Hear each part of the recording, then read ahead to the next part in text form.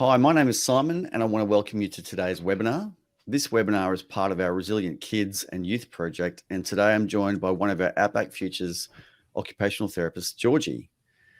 So, Georgie, before we get started, can you tell us a bit about what an occupational therapist does? Yeah, thanks very much, Simon. So, an occupational therapist, or an OT for short, we're a broad profession and we work with lots of different areas in lots of different clinical settings. Here at Outback Futures, occupational therapists, we work with individuals, groups, and communities to help them participate in meaningful activities within lots of different environmental contexts and across the lifespan. So, for example, an OT here at Outback Futures, we can work in the school setting to support various children with developing fine motor skills such as handwriting or craft skills. So that's just one example of how OT operates here with Outback Futures. And if you were working with an adult, what would you do with an adult, do you think? Yeah, we can sort of look at a whole range of different things depending on what their clinical goal is. So, really looking at that client focus and helping them achieve goals that are important to them and mean a lot to help them participate in day-to-day life. Okay. Yeah, excellent. All right. So today our topic is looking at 3 ways routines can help your child to thrive. Can you tell us a bit more about this topic and what we're looking at? Yes, certainly. So today we are going to look at how routines help to create structure and consistency for your child, teenager, but also the family unit as a whole. We'll also share 3 ways to help establish, integrate, and strengthen those routines in day-to-day life. So, Simon, in terms of these 3 strategies that we'll be looking at in a bit more detail with today's webinar, we're going to be looking at 1, routine management, 2, integrating routines, and 3, build independence and strengthen those routines. Okay, so why do routines matter then? Why are we talking about that today?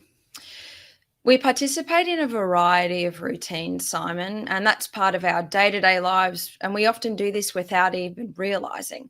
Say, for example, Simon, think about your morning routine. It might look something along the lines of the alarm clock rings, you get out of bed, maybe you turn the kettle on for a cup of tea or coffee, you make breakfast. You probably didn't even think twice about that routine and how it enabled you to get out of the house, ready to start your day in a relatively calm and predictable manner. Yep. But Simon, if we change one aspect of that routine, say you sleep through your alarm, you race to get ready. Which happens a fair bit. So. Yes, we're all human, but Simon, you might be racing to get ready, you're skipping your breakfast and you're literally running out of the door. You might feel a bit unsettled, distracted, and, even probably pretty hungry for the rest of the morning. So while you're the same person, you're in the same house, they're 2 very different experiences. And I think we both know, Simon, which example would make us feel a bit more settled and ready to embrace the day. Yeah, that's right. So we can see, Simon, how routine, it's really integral as part of our daily life, and providing consistent and structured routines can often benefit your child and your teenager. Yeah. So as parents, we have our routine. Let's now focus on kids and youth for the purpose of today's. And so, for the purpose of today's webinar, we're just going to talk about kids. Yep. So we don't have to keep saying kids and youth. So when we say kids, we mean children, young adult, children and teenagers, really. So what do routines mean for our kids? Yeah. So, Simon, for our kids, having meaningful routines can really build their self-awareness and their own capabilities and competence in performing a variety of roles. So when we look at the routine of a 1-year-old versus a 17-year-old in high school, we know that their morning routine, their evening routine, their daily, their weekly routine, they both look very different, but they're still just as valuable and all contribute to that building awareness and their own sense of self and competence in performing those different roles. So I like the idea of building confidence, because I've never thought about that with routines, about how it actually gives kids confidence and helps them develop skills too. So that's actually a really good thing. So yeah, it does help with responsibility and confidence. How so? Yeah, and it's such a big topic, Simon. We could really talk about that in itself for hours. Mm, But when we look, even for example, a 3-year-old helping to wipe the bench after dinner as part of that routine with their day, that's really important for their development, building skills, and their identity as a active household member and a helper to mum mm, and dad or their caregiver. And it's also then looking at a 12-year-old being able to independently complete their morning routine at home, and maybe it's from building those skills that helps them transition and transfer to managing in a boarding house, maybe if they mm, go to boarding mhm. school for their high school education. Yeah, one of the things my son started doing recently, he's 9 years old, is he gets up every morning and makes an omelette. I Mm. think actually my mum, so his nanny, taught him how to do that. But now he's happy to do that every morning, which is kind of great because I mean, even my 15-year-old daughter doesn't do that. So it's great, Yeah. great that he has the confidence to get up and make his own breakfast, which is really kind of good for him, I think. And that's a great example too, Simon, where again, you're noticing that that's something that your son's really interested in doing. He's motivated. He enjoys making his omelets, and you as the parent there are sort of walking with him on that journey and providing support where you can. But I can imagine that's a really nice experience to see him grow and become an omelet making That's right. aficionado. He can make my breakfast too, which is Yeah, great. yeah. Um, and so, in terms of, we're looking at the program called Resilient Kids, and how do routines help strengthen resilience in our kids? Mm. So, Simon, as we do know with this webinar series, there's a whole range of skills and strategies that can support and strengthen resilience in our. But we do know developing a positive sense of self-identity is a really crucial factor in resilience. Mm, And this can be strengthened through participation in familiar routines, but also being able to adapt and embrace maybe unfamiliar routines as well. mm, So, again, having the skills and ability to safely respond and adapt to challenges, that's a really big part of resilience. So, if we look at that even a bit further, it's about creating structure through routine that provides consistency for our kids, but also presents opportunities where they can practice being flexible and adaptable, which is all part of that broad resilience term. mm.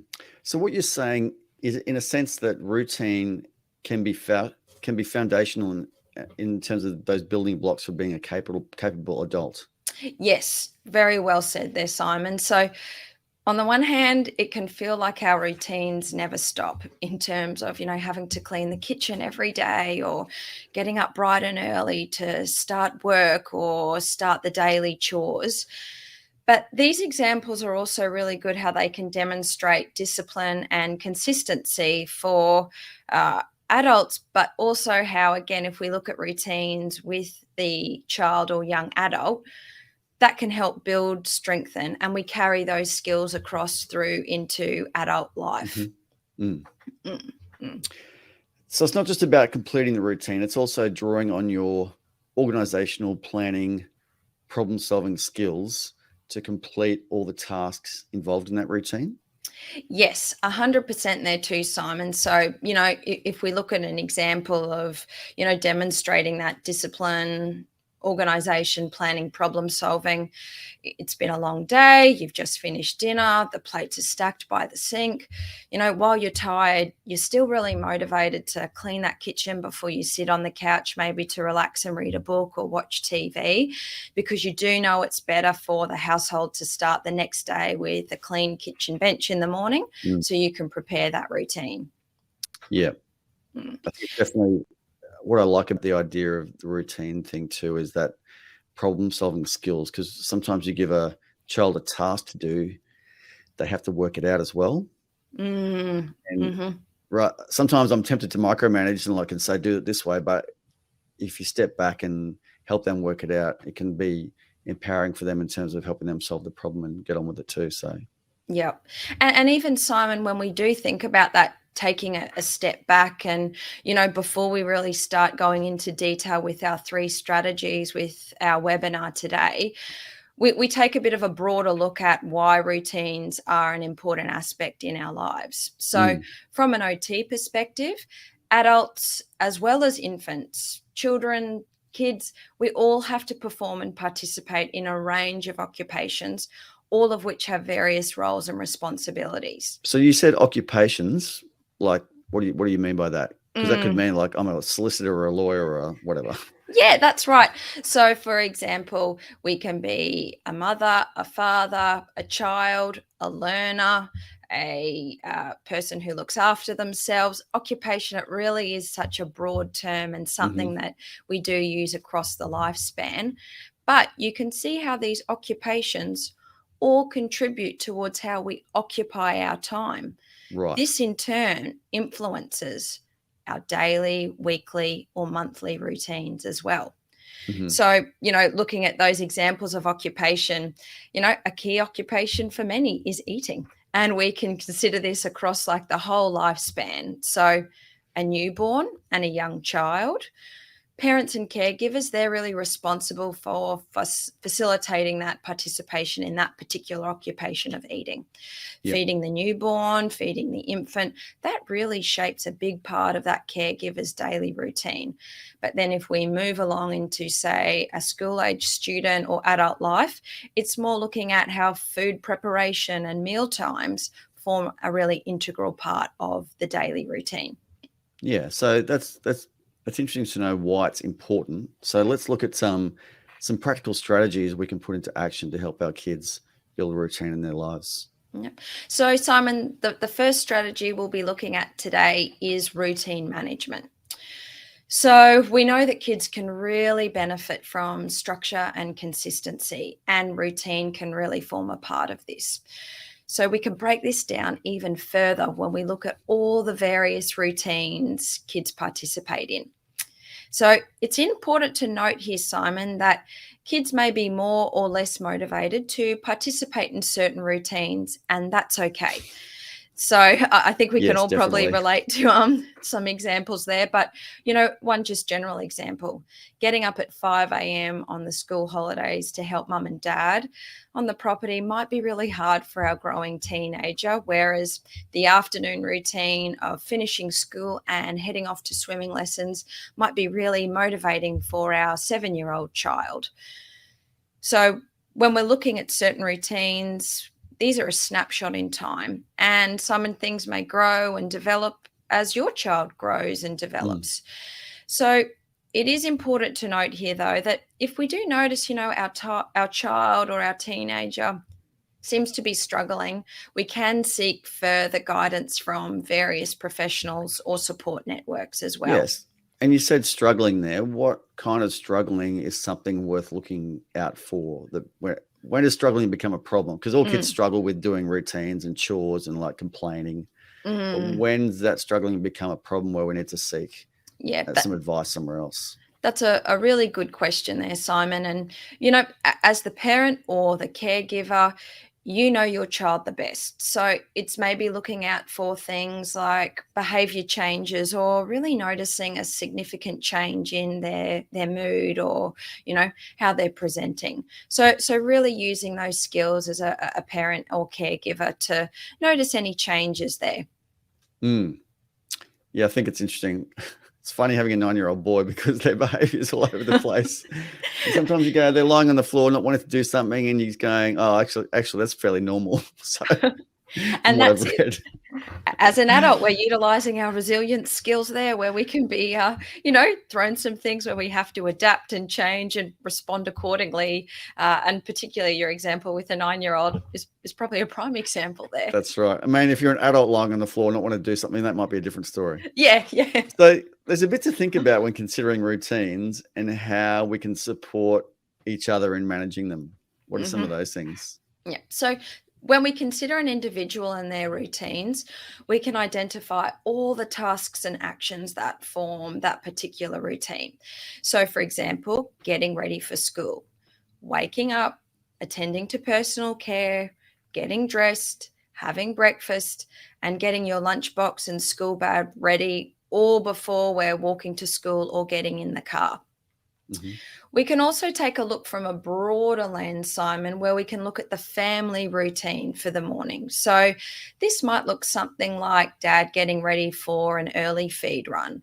We've got 2 kids getting ready for school and a toddler who'll be attending playgroup with mum. There are so many things to consider here in this family morning routine. No wonder it can get a little bit overwhelming at times. Yeah, so I can see how it's important to be managing routines, definitely. Yes. So the key here, Simon, is to really pick the important tasks or times of the routine. Mm-hmm. So, for example, everyone may be aiming to have breakfast, get dressed and ready for school so we can get in the car at 8:15 a.m.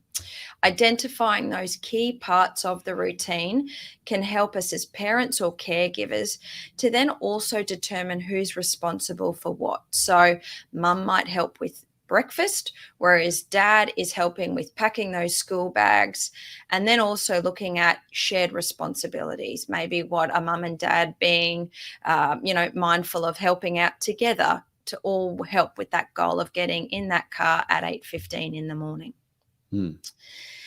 And Simon, one other thing to just point out there when we do look at this strategy of routine management, it's really important to know what individual household members are doing or, what their roles and responsibilities are generally. Yep. So again, another example here is the bedtime routine. We need to be aware of which household member may need assistance or support with brushing their teeth, hopping into bed, versus, agreeing, hey guys, it's time for bed, and your child can commence their bedtime routine on their own. And as parents and caregivers, it can be really valuable to know what we're aiming for as a team or a family unit. So a key piece of advice here is to really sit down and talk about these routines and which adult is responsible for helping, lending a helping hand or assisting. Yeah, I think it's really a good thing. Like recently we found with our kids, particularly our 9-year-old son, we had to change how we did morning routines. So what my wife and I decided to do was we'd both start, because actually what was happening was we noticed the kids were quite unsettled getting in the car on the way to school, and it just wasn't really working. To be honest, one of the things our son was doing in the morning was he would get up and watch TV in the morning. And so by the time he got ready to go for school, he was just a bit all over the place. And we realized that's not cool and not healthy for him. And we actually knew that, but we needed to change the routines. And one of the things we needed to do differently was my wife and I got up earlier. We got a really good routine in terms of making lunches early, getting uniform ready for him, and no more TV in the morning. And since that's happened, he started making his own breakfast in the morning, like I mentioned earlier. So changing that morning routine meant we were actually more regulated or calmer as well. So often as a parent, if you're frantic in the morning getting your kids ready, then they become frantic too. And we had to work on ourselves being more organized, and that impacted our kids' mood as well, which we found really interesting. So that's how changing a bit of morning routine stuff helped for us. Yeah. And thanks very much for sharing that example, Simon, because I think it, summarizes that really perfectly where, we're looking at the strengths of our child, what we want to do, what they're working towards, participating in school, but also noticing, something like the TV that was a little bit of a barrier or a bit of an obstacle that was pushing us back on time with the morning routine. And then, as a family, having a bit of a chat about what parents can do to support your son to, adapt and change with that particular routine and work towards a more settled morning. So, yeah, that's a prime example, Simon. And even the screen time, I think, because screens in the morning particularly can dysregulate kids. So he's been a lot calmer since not doing that. He's like, I just think the screen thing in the morning was quite important for changing. It's part of that routine, changing his mood before he started school. So, yeah. And Simon, that's actually the perfect example, because it does lead us into our second strategy for today's webinar. And, that second strategy we're looking at, is integrating those routines. So, when we're talking about the example with your son, we know that takes time to integrate, just like us as adults. It does take time for us to learn new things. So we're really mindful it's the exact same for our kids. So once you have identified a routine, it can be a little bit of time before it's implemented or it becomes part of daily life. So this is where repetition and regularity can be really valuable too. Mm-hmm. So, again, going back to your example with your son there, helping getting up a little bit earlier as a parent, having that TV turned off, and look at him now. Over time, he's now even cooking his own omelette for breakfast. That's right. Another quick example is, your teenager, they're responsible for taking the rubbish out. At first you have to prompt and remind them to do it. However, over time, they might learn, okay, as a member of the house, I need to help with chores so the house stays clean. And they might realize, hey, when I notice the bin's full, I'm going to take it out before mum and dad actually ask me to do it. Hopefully, fingers crossed. Fingers crossed, yeah. So, in terms of integrating routines, sometimes routines change and this can be unexpected. So what can we do in that case? Yeah. So an example of this, Simon, could be you're running late to pick the kids up and, this delays the trip to the shops and getting home for, homework time before we're getting ready for dinner. Another example of how a routine can change is, we look at school holidays. So this is a really big change for families where we're not needing to get ready for school. That 8:15 a.m. drop off Monday to Friday sort of no longer exists really in the school holidays. Yeah, school holidays is a big one, I think. So it sounds like what you're saying is that during times of change, we can support kids by trying to keep some of the familiar routines. And in a sense, we're also demonstrating flexibility and being adaptable too, because the more adaptable we are, our kids can learn that from us. Yes. So what might that look like? So an example of this, again, if we're looking, with the school pickup, you're running late, you're then home later than expected, but your primary school age kids know that the routine is to unpack their bags and start their homework. And so maybe for you as the adult, you're not sitting at that homework table like what you might usually do. You're getting into the kitchen, starting to get dinner ready, but you've been able to adapt and reinforce those familiar routines of, when we arrive home, we unpack our bags and we still do our homework. Mum or dad or the caregiver might not be there at the table, but our child still knows, oh no, that's right. It's homework before we start to get ready for dinner.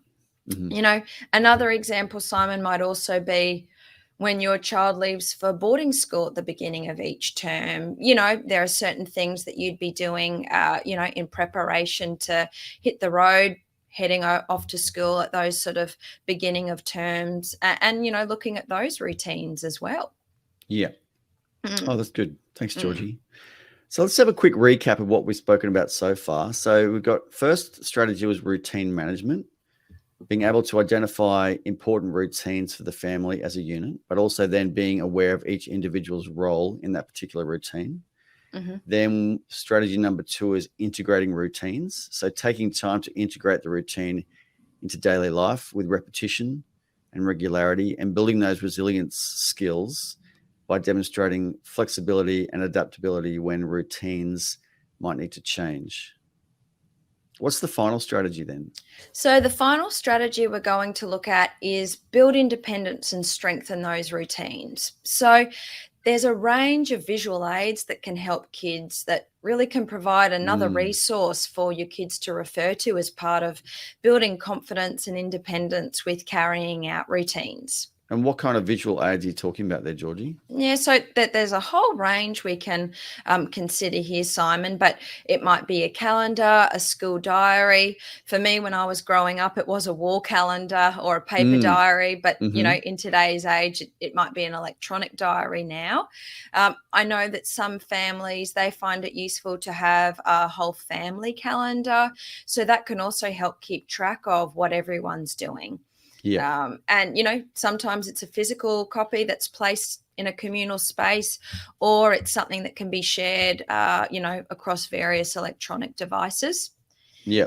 Another thing too, Simon, is visual schedules. So, these can provide a guide for those daily or really specific routines.